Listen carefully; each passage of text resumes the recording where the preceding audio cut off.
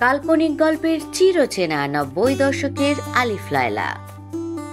কবে জন্ম হয়েছিল আলিফ লায়লার, কতটাই বা জনপ্রিয় ছিল বাংলাদেশে, সেটা আমরা সবাই জানি।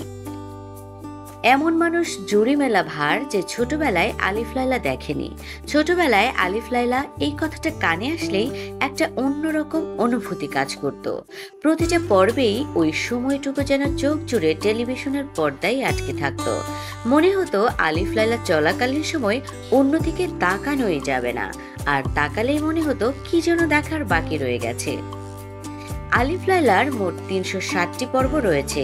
এর মধ্যে উল্লেখযোগ্য আলাদিন, বিস্ময়কর চেরাগ, জিসান, সোফানিসবা, নাবিক সিনবাদের ৭টি সমুদ্র যাত্রা, জেলে ও দৈত্য হাকিম ডুবান, বৃদ্ধ ব্যক্তি এবং কালো কুকুর, ৩ সওদাগর, জেলে আর জিন, তায়েবা তালিব ইত্যাদি।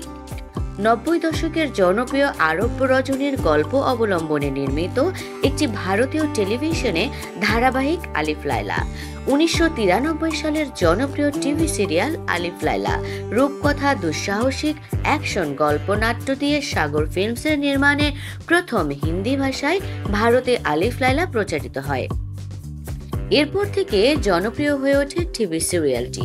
জনপ্রিয়তার কারণে ৯০ দশকে বাংলাদেশের বাংলা ভাষায় বিটিভিতে প্রচারিত হয় আলিফ লায়লা। প্রচারের পর থেকেই বাংলাদেশের মানুষের হৃদয় কেড়ে নেয় আলিফ লায়লা। তবে নির্মাতাদের মন মালিন্যের কারণে ২৬০ পর্বের মধ্য দিয়ে সমাপ্তি ঘটে জনপ্রিয় টিভি সিরিয়াল আলিফ লায়লার।